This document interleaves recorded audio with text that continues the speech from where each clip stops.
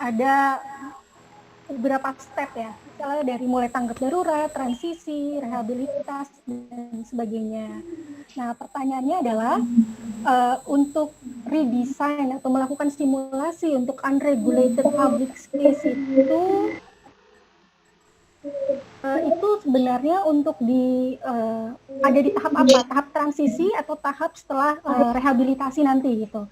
Karena saat ini sebenarnya kan masih tahap transisi untuk new normal dan kira-kira kapan itu bisa mulai dipakai untuk new normal atau nanti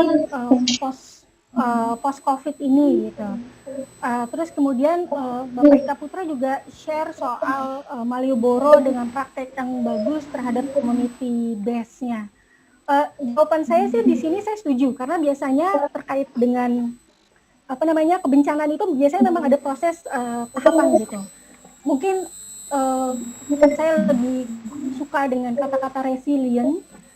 Jadi misalnya ada tahapan untuk kebencanaan, misalnya ada mulai transisi, rehabilitasi, oke. Itu kayaknya dia udah standar ya, walaupun nanti balik lagi untuk tiap negara dia punya konteks.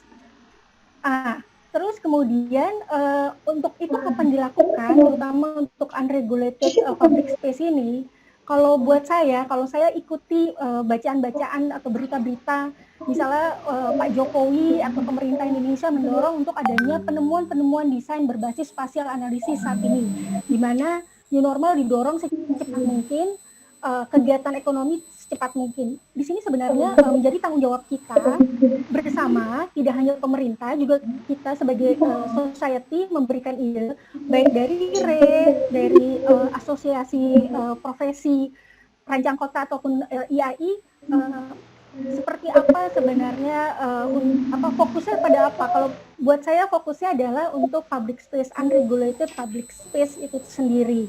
Jadi mungkin kita harus sedikit percaya diri, karena kayak Singapura kok pelan-pelan mereka mungkin arsitektur rancang kotanya sekarang lebih kita nyebutnya stiker design gitu, stiker design karena semuanya ada dikasih stiker gitu ya. Walaupun dari discuss saya dengan beberapa teman saya lucu juga ya kalau hanya untuk stiker menjadi signage yang eye-catchy gitu sekarang. Jadi kalau menurut saya mungkin kita harus sedikit percaya diri untuk mendorong redesign di unregulated public space di mana di masa transisi juga, dan itu mau tidak mau juga akan mendorong pemerintah untuk melakukan atau pembentukan regulasi itu, karena di sini harusnya pemerintah menjadi leader, harus leading, menyediakan regulasi dan persyaratan-persyaratan ini.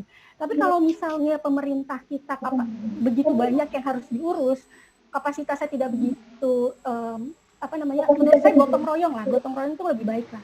Jadi misalnya ikatan profesi tidak harus menunggu pemerintah tapi memberikan usulan gitu, seperti apa seharusnya gitu. Karena di lab kami sendiri gitu, klien kami tidak hanya pemerintah, klien kami juga dari swasta, dari internasional kayak ADB, World Bank segala macam. Itu bukan berarti kami banyak melakukan hal-hal gratis gitu ya, proposal gratis yang intinya adalah kami kasih saran gitu, ini harusnya seperti ini gitu. Itu diambil atau tidak diambil itu sebenarnya menjadi urusan mereka. Tapi menurut saya kalau itu dibawa atas, kalau kita kan cuma lab ya, walaupun kami dibawa NRF, National Research Foundation ya Singapura, dan itu dibawa presiden Singapura sendiri yang sebenarnya sudah dibentuk dari 10 tahun yang lalu. Tapi menurut saya pemerintah kalau yang bawa asosiasi ide-ide ini dari sekarang perlahan-lahan, maka itu perubahan itu pasti ada gitu.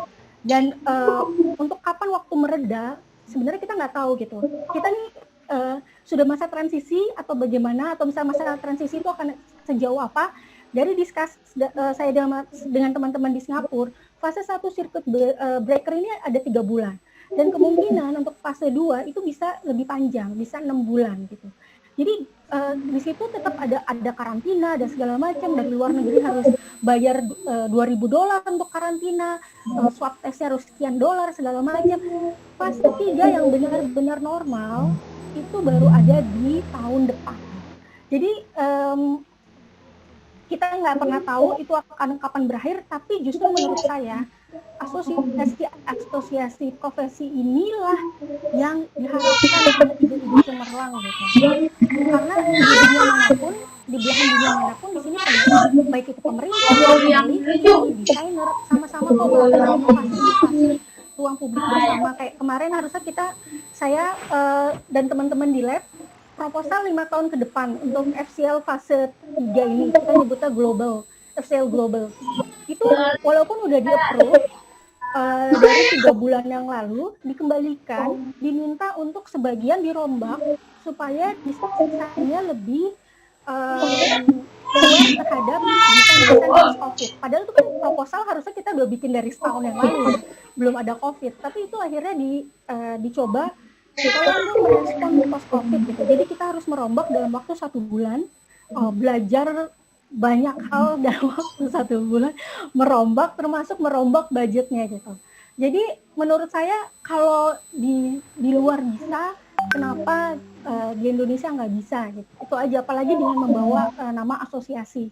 Dan terkait dengan resilient community, itu adalah kunci.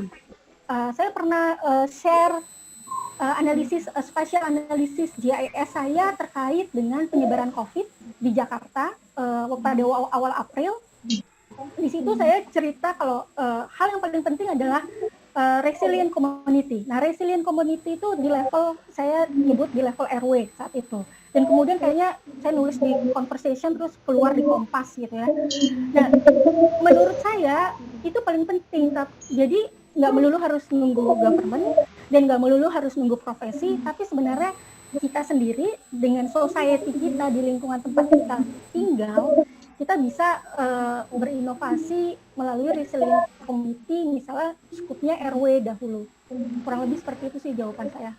Terima kasih. Baik. Silakan Pak Wisnu, saya kembalikan. Ya, terima kasih atas ulasannya Bu Mia ya. Sebenarnya banyak sekali pertanyaan masuk ke host ya. Ini saya rangkum aja mungkin banyak ke Pak Sibarani ya. Tadi menarik sekali paparannya ini dari Pak Heru dari ITB, kemudian dari Bu Hidayati Jufan, ada Bu Yulianti. Pada intinya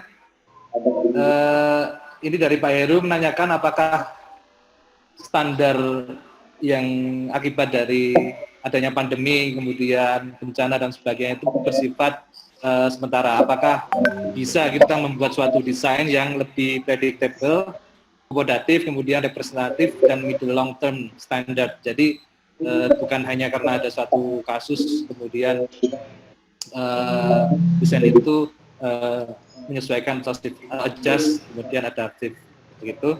Kemudian yang ini saya rangkum ya, ada beberapa pertanyaan, jadi intinya sama. Jadi sebenarnya adanya pandemi khususnya COVID-19 tadi ya disebutkan oleh Pak Sibarani sebagai praktisi dan kebijakan ya.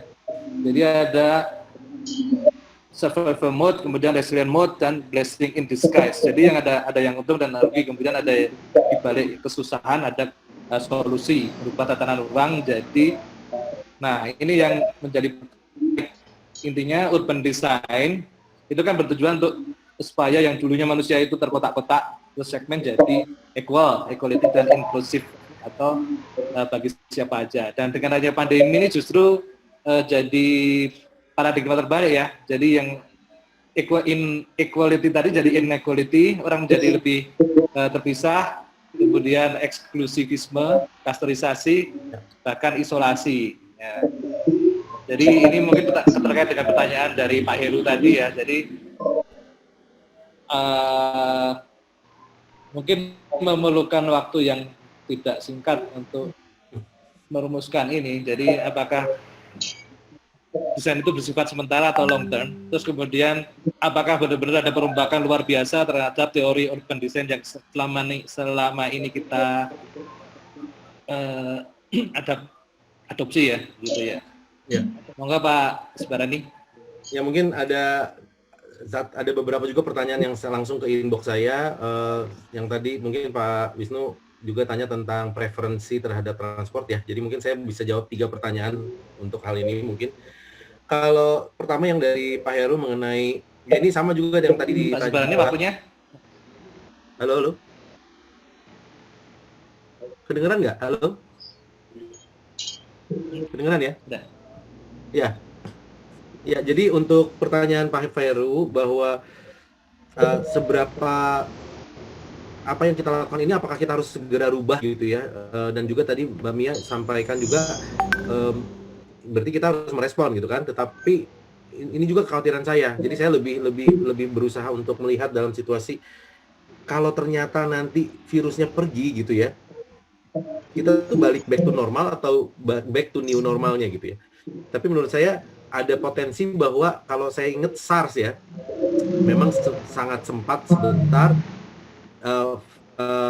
vaksinnya belum jadi, tapi ternyata virusnya pergi gitu ya. Dan akhirnya life goes on normal, back to exactly, menurut saya exactly normal. Nggak berarti Hong Kong jadi kembali jadi jorok gitu ya, tetapi ya slightly lebih better, tetapi menurut saya nggak berubah banyak gitu. Nah, saya khawatirnya COVID ini sementara takutnya, tapi kalau ternyata tidak, kalau memang ternyata bertahan selama setahun ini, mungkin ada baiknya kita berubah gitu ya. Dan unfortunately perubahannya kalau ini bisa dibandingkan dengan seperti pandemi besar waktu zaman-zaman sebelumnya, cukup ground shaking gitu, dan kita akan masuk ke dalam, kalau saya sih lebih agak ekstrim ya mikirnya, kita akan masuk ke seperti pemikiran seperti film sci-fi ya, dimana nanti suatu hari udara di luar itu airborne semua, bisa jadi sudah ada studi yang sekarang bilang bahwa COVID ini ternyata airborne, 8 meter radiusnya, dan virusnya bisa bertahan di udara gitu. Dan kalau memang itu terjadi, berarti ya kita harus punya special devices kalau kita keluar gitu kan. Kalau memang benar-benar mau adapting to that, dan akhirnya kita masuk seperti film-film, ya itu film-film sci-fi bahwa suatu hari kita harus pakai banyak equipment gitu keluar ya, dan udara di luar itu sangat terkontaminasi. Tapi kalau misalnya sekarang menurut saya yang intermediate-nya, yang mungkin tadi Mbak Mia juga bilang in transition ini, flexibility ya mungkin yang bisa dibicarakan. Nah ini saya kebetulan di share bisa kelihatan ya yang tadi saya share. Ini sebetulnya sama nih, saya rasa produknya dari guidelines dari Arch Daily ya, bisa di download. Jadi kata kuncinya adalah adaptable city, kota yang bisa mengadjust dengan dan berubah gitu, tapi ini harus ada pemikiran dari pemerintah daerahnya juga ya untuk bisa membiarkan hal ini terjadi. Tapi kata kuncinya adalah possibility untuk dengan framework yang sama atau dengan physical condition yang sama, tetapi bisa dirubah konfigurasinya. Nah ini mungkin ada beberapa yang teman-teman di bidang arsitektur, misalnya kita bisa lihat yang di sini ya, bahwa ada masa pre-COVID, current, dan post-COVID. Jadi memang dia akan berubah, nggak berarti statis. Daerah kuning adalah daerah publik, daerah hijau adalah daerah service, dapur gitu. Kalau pada saat COVID ditutup, daerah kuningnya hanya daerah outdoor yang dibuka, kemudian daerah dapurnya tetap di dalam, bahkan diperbesar gitu. Nanti setelah post-COVID, restoran masuk ke dalam, tetapi kapasitasnya berkurang, makanya ruang terbuka luarnya yang dipakai. Tapi ada ruang antara sebelum dapur menuju ke ruang tamu. Jadi dapur itu dianggap potensi ada istilahnya paparan gitu ya. Tapi jadi ada ruang seperti kalau di arsitektur itu vestibul, ruang antara sebelum keluar ke gedung yang lebih publiknya. Jadi dengan kolom yang sama, dengan framework yang sama, jalan yang sama, dengan dinding yang sama. Jadi sebetulnya kotanya nggak perlu berubah, tetapi aturannya yang berubah, gitu, aturan mainnya, aturan membagi ruangnya. Nah ini saya masuk kepada misalnya ya, nah ini streets. Jadi kalau untuk bidang kita, ini sebagian udah dipakai juga oleh Mbak Mia tadi, bahwa street yang sama bisa digunakan untuk transit, untuk dining, untuk pick up, untuk open play, untuk communication, health, loading, dan school gitu ya. Ya berarti sebagian katanya ada yang bilang bahwa jalan itu pada saat COVID itu people don't travel as much, street is open more for flexible space gitu, dan akhirnya street itu menjadi ruang yang sifatnya bisa adaptable gitu. Nggak tahu ya di Indonesia akan bisa terjadi atau enggak. Saya nggak yakin karena ini kemungkinan kalau di Europe ya mungkin, atau mungkin di daerah-daerah di kota-kota tertentu bisa. Tapi kalau di Indonesia saya nggak tahu. Tapi ini contoh yang bilang bahwa dengan jalan yang sama, framework yang sama, kita merubah fungsinya untuk berbagai jenis. Dan tapi ini kan ranahnya publik ya. Berarti pemerintah yang harus mengambil inisiatif untuk melakukan ini gitu. Tapi kita yang masuk sebagai profesional untuk mengatur ruang geraknya. Ini satu. Kemudian pertanyaan kedua, saya mungkin mau alihkan ke ini ya, ke pertanyaan mengenai preferensi terhadap public transport. Nah, ini kebetulan masuk ke saya nih. Ada yang terima nggak? Survei online evaluasi penerapan pembagian shift jam kerja di wilayah Jabodetabek. Kelihatan ya? Ya. Moga-moga dapat 100.000 kita nih. Dapat 100.000 untuk 200 responden. Nah, kita lihat isinya ya. Saya lihat isinya.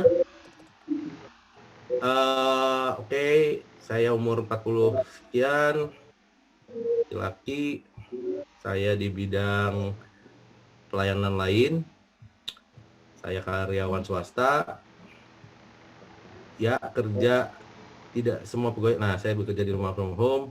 Nah, pertanyaan-pertanyaan ini sudah mulai ada gitu ya.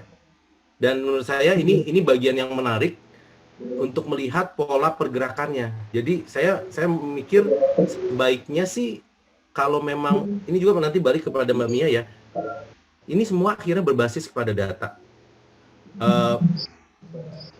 Bagaimana kita bisa mendigest data-data tersebut, bahwa preferensi orang itu sampai hari ini menurut saya belum bisa kita baca karena metropolitan seperti DKI dengan misalnya kota Tegal dan Brebes yang kebetulan saya kemarin lewat dan juga Semarang akan berbeda nih behaviornya, dan solusi transportasinya sangat berbeda juga karena skala kotanya berbeda. Tapi saya rasa awareness tentang hygiene, awareness tentang risk itu sudah lebih tinggi. Dan terbukti sekarang travel atau movement orang di public transport sekarang tidak seberat yang sebelumnya. Padahal kita sudah mulai ada pembukaan perlahan-lahan ya. Dan orang masih banyak yang setengahnya bekerja dari rumah. Kalau saya perhatikan sih sepertinya akan ada pergerakan bahwa orang-orang itu lebih terdistribusi ya, tidak terkumpul lagi di satu tempat, dan public transport itu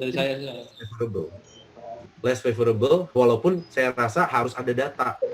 Jadi yang tadi Mbak Mia bilang juga, ini nanti dimodelkan dan sebagainya. Ya kita harus sudah mulai rajin-rajin cari datanya nih. Yang punya data siapa? Teman-teman Gojek kah yang punya? Atau teman-teman dari DKI mungkin harus punya data pergerakan, atau teman-teman yang tadi di Departemen Dinas Perhubungan, bahwa survei preferensi itu sudah mulai terjadi. Bahwa ada orang yang saya pilih untuk tidak, dan ternyata, dan kita bisa dapat ya, sebetulnya kalau saya udah selesaikan tadi surveinya, dia tahu saya datang dari kelurahan mana. Walaupun tanpa ada nama saya, dia tahu saya orang Jakarta Barat di Kelurahan Kembangan, saya memilih untuk bekerja hanya dekat dengan daerah saya tidak mau bekerja di daerah misalnya ke daerah Depok. Berarti preferensi itu akan memberikan suatu pandangan umum minimal untuk sampling yang misalnya besarnya moga-moga besar ya. Jadi kita bisa mendapatkan information, data yang bisa kita pakai untuk menyimpulkan. Karena sekarang nih jujur menurut saya kita kan nggak bisa bekerja di level kita sendiri ya, dan hanya asik sendirian di tengah-tengah. Kita harus punya level di atasnya yang memberikan kita informasi di level rancang kota nih, yaitu level policy kota keseluruhan turun ke bawah, baru nanti kita masuk teman-teman arsitektur dan landscape akan mulai nyambung ke kita. Nah di titik itu perlu ada kekompakan bahwa di atas kira-kira ke arah mana dan society itu seperti apa, terus turun sampai ke bawahnya.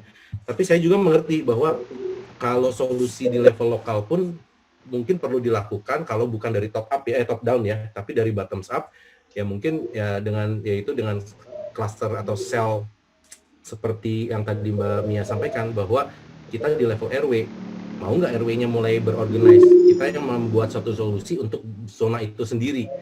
Tapi kan berarti harus ada suatu kerjasama dengan pihak pemerintah daerah mungkin ya, bahwa kita boleh melakukan suatu intervensi di suatu daerah tertentu, menggunakan memberikan usulan kepada pemerintah bahwa ini loh, kalau kalian mau membuat suatu istilahnya policy atau suatu intervensi desain kawasan yang adaptif terhadap COVID, yang adanya di daerah kelurahan tersebut atau di daerah RW tersebut gitu ya. tapi mungkin harus bottoms up jadinya. Jadi harus nanti dari atas dan bawah baru ketemu, oh inilah titik equilibriumnya. Nah itu butuh banyak banget istilahnya gotong royongan ya berarti ya. Apakah social cohesionnya bisa sampai ke situ atau enggak? Apakah teman-teman dari developer dengan komunitas yang dimiliki di klaster-klasternya mau melakukan itu, apakah lebih mudah atau justru mungkin yang di tempat yang lebih open system juga lebih mudah? Saya rasa itu arahnya nanti kita harus bergerak ke arah sana kalau memang kita mau masuk di level civic society ya. Saya rasa seperti itu Pak. Mungkin ini ada Pak, sebenarnya ini ada yang menarik dari Pak Noval Kota Bogor ya, dari pihak Bogor, pemerintah. Siap. Jadi ini terkait dengan kapasitas. Jadi yang tadi membicarakan apakah nanti dengan perubahan desain ini mengurangi kapasitas, mengingat khususnya di Pulau Jawa ya, kota-kota di Pulau Jawa itu sangat padat. Nah itu. Ya betul. Karena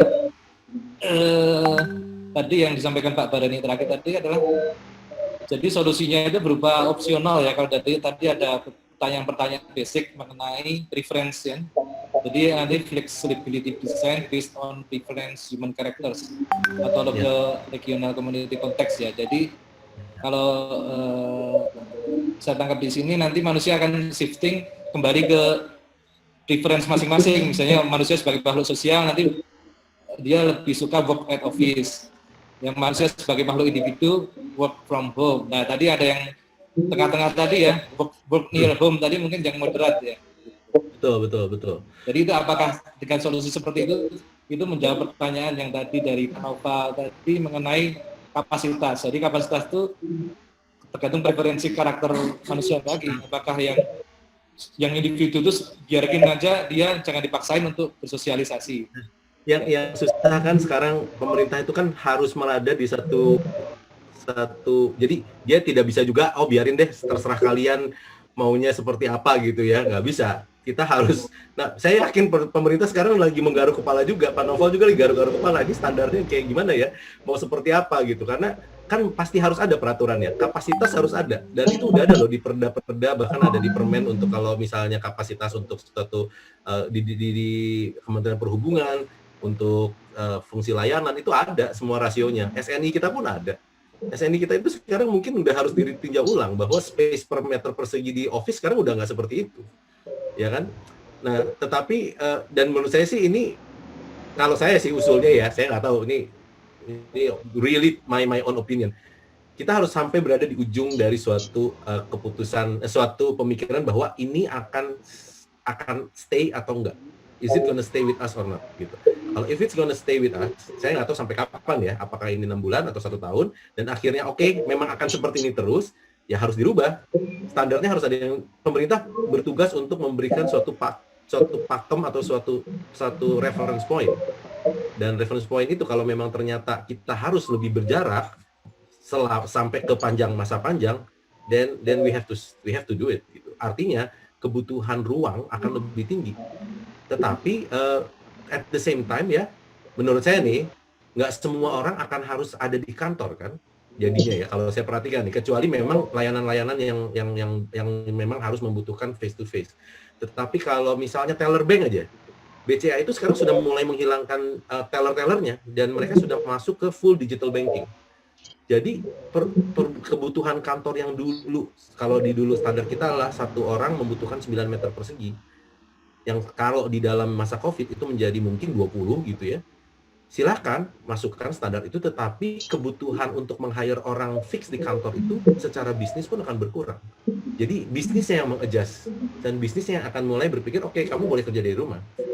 Ya mungkin gajinya akan berbeda, atau mungkin benefitnya berbeda, mungkin tatanan sosialnya yang berbeda, ketenaga kerjaan yang berbeda, bahwa mungkin kita tapi kontrak ya, nggak pakai sistem pegawai tetap. Berarti kan masuk ke dalam kotak yang non fisikal nih, bukan non spasial lagi, tetapi masuk ke policy ketenaga kerja.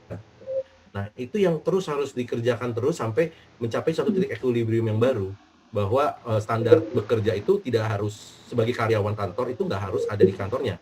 Kalau zaman dulu di bisnis spasial planningnya teman-teman di luar adalah namanya ya flexible desk ya. Jadi kantor sudah tidak lagi dimiliki oleh orang yang namanya si A gitu.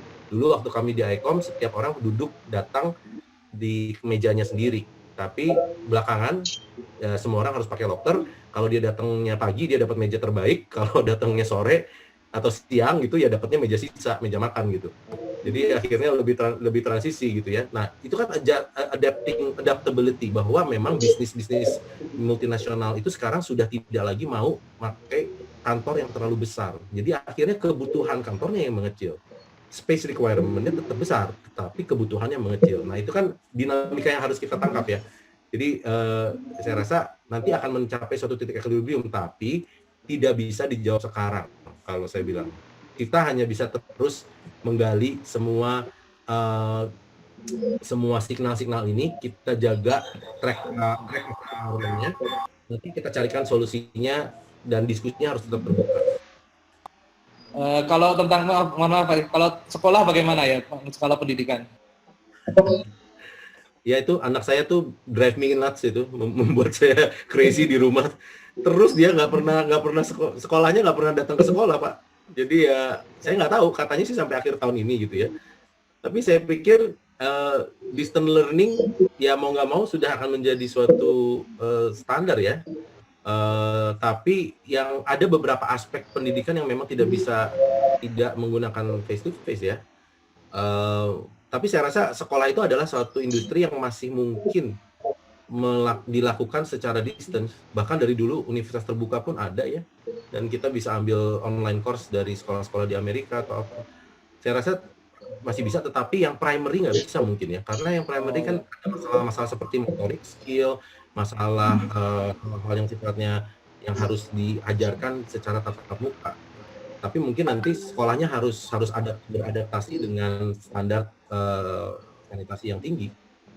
Tapi sekarang kan kita masih transition. Nobody actually make a firm decision harusnya seperti ini standarnya. Menteri Pendidikan kita pun masih belum bisa memberikan jawaban bahwa kita akan full online atau kita partial online atau kita kalau di office kan lebih gampang ya, take turns 50%. Kalau boleh datang tapi physical distancing. Tapi kalau sekolah agak sulit. Karena kalau sekolahnya berarti kan yang datang kelasnya belajar satu hari, setengahnya nggak ada di sekolah gitu. Edukasinya kan setengah-setengah ya. Ya saya nggak tahu lah. Saya pikir masih belum ketemu nih kita. Kalau di sekolah saya masih belum ketemu pakemnya. Mungkin Mbak Mia ada pemahaman kalau seperti ini. Untuk sekolah ya? Ya maksudnya untuk baru kita gitu bahwa kebutuhannya akan membutuhkan ruang lebih besar, tapi kan ada beberapa rebalancing situation ya, nggak berarti satu arah ruang lebih besar berarti kota kita jadi 2 kali lebih besar gitu kan untuk kebutuhan. Ya, betul. Itu kenapa kalau saya tadi fokusnya kita mencoba melakukan simulasi atau modeling. Sebenarnya ada yang modeling tuh ada banyak software gitu. Ada yang mudah kok bisa dilakukan oleh arsitek gitu. Di Excel pun kalau kita lihat ke makros, di dalam Excel makros kita bisa ngelihat itu movementnya gimana gitu. Tapi bentuknya diagram ya. Sedangkan kalau mungkin teman-teman mungkin tahu ya, ini kebanyakan anak-anak urban design sama arsitek nih belajar kalau di Eropa space syntax. Nah, kalau kembali lagi itu sebenarnya ada kalau yang tadi teman saya pakai dia pakai analogik. Jadi analogik itu emang udah ibaratnya udah yang susah lah gitu dan ngerti matematikanya segala macam. Kalau teman-teman lulusan urban design atau urban planning kayak di TU Delft, di Eropa, UCL segala macam bisa belajar space syntax, kenapa kita enggak gitu. Itu yang menjadi pertanyaan kita dan kalau soal parameter betul, kita butuh big data, tapi bukan berarti tapi kita nggak punya data. Oh, Jakarta Smart City gitu. Oh ya, Jakarta Smart City punya data kok gitu. Kita bisa pakai. Oke. Tapi apakah itu cukup? Menurut saya itu tidak cukup karena kita sendiri pun ketika kita melakukan kayak analisis pergerakan untuk perbaikan signage dari MRT, stasiun MRT ke mall-mall di Singapura, itu kita melakukan kayak survei, terus kita melakukan ethnographic fieldwork di lapangan. Kita lihat pada jam berapa, siapa yang lewat, dia profesinya apa, terus kita juga berusaha untuk melakukan interview. Data itu dimulai dari situ sebenarnya. Jadi kembali lagi pemerintah Singapura juga sebenarnya dia kayak berusaha untuk mencicil data. Jadi kalau misalnya fokusnya di Jurong East gitu, atau fokusnya di downtown ada satu MRT gitu, kita fokus aja dulu di situ ambil data gitu. Terus nanti kita ambil lagi data di daerah barat bagaimana, di daerah timur bagaimana. Terus kita akan lihat karakter yang sama itu kurang lebih di MRT mana yang menuju mall mana. Jadi kita punya kayak klaster karakteristik A, B, C, downtown di A, di daerah timur B, C, itu punya karakteristik, punya parameter sendiri, baru itu yang dirunning oleh mereka, kemudian coba di copy paste di MRT station yang misalnya kalau untuk di daerah barat itu ya udah adanya di daerah barat, karena karakteristik orang yang tinggal di barat Singapura sama yang di timur Singapura sebenarnya agak beda ya. Nah, Kalau saya belajar bayangkan di kota satu Singapura saja yang areanya yang saya nggak tahu besarnya dibanding Jakarta gitu ya, sudah ada karakteristik manusia yang berbeda kan. Orang East sama West aja udah beda gitu, ya kan? Bayangkan di Indonesia gitu, dengan ratusan kota dan kabupatennya, keputusan, makanya itu kesulitan kita kalau di pemerintahan itu di Indonesia itu kan satu solusi perintah menteri itu kan untuk seluruh Indonesia nih. Nah, itu yang bawa bagaimana dia bisa all inclusive gitu atau all encompassing dan nggak hanya untuk orang Jakarta, nggak hanya untuk orang Semarang gitu. Sementara pandemi ini pada saat menghajar ke satu kota seperti Jakarta dan menghajar satu kota seperti di Tegal itu beda gitu. Beda ininya ya, beda impact-nya gitu.